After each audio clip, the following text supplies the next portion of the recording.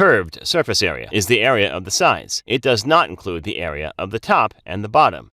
In case of prism, the curved surface area is the perimeter of the base times height. For example, let's assume a cylinder.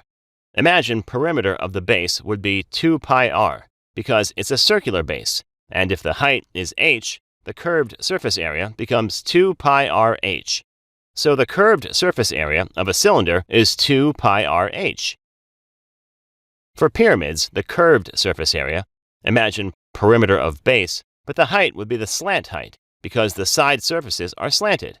Imagine the perimeter of the base is a full perimeter, but the perimeter of the top is 0. So in a pyramid, the perimeter keeps on reducing from bottom to top. Therefore, practically, the perimeter is 1/2 the base of the perimeter, and the height involved is the slant height, because in a pyramid, the sides are slanted. So we take perimeter as half the perimeter of the base, and we take height as the slant height. So for pyramids, the curved surface area would always be 1/2 times perimeter of base times slant height. For example, a cone.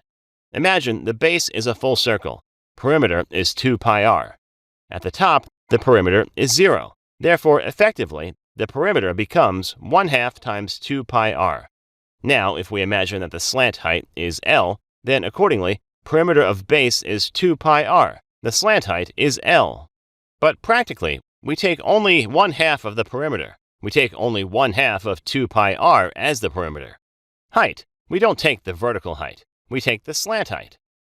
And therefore, curved surface area of a cone turns out to be 1/2 times 2 pi r times L equals pi r L.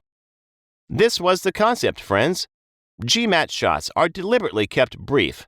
For an elaborate explanation, please watch the Stage 1 conceptual videos in our program. Thanks for watching.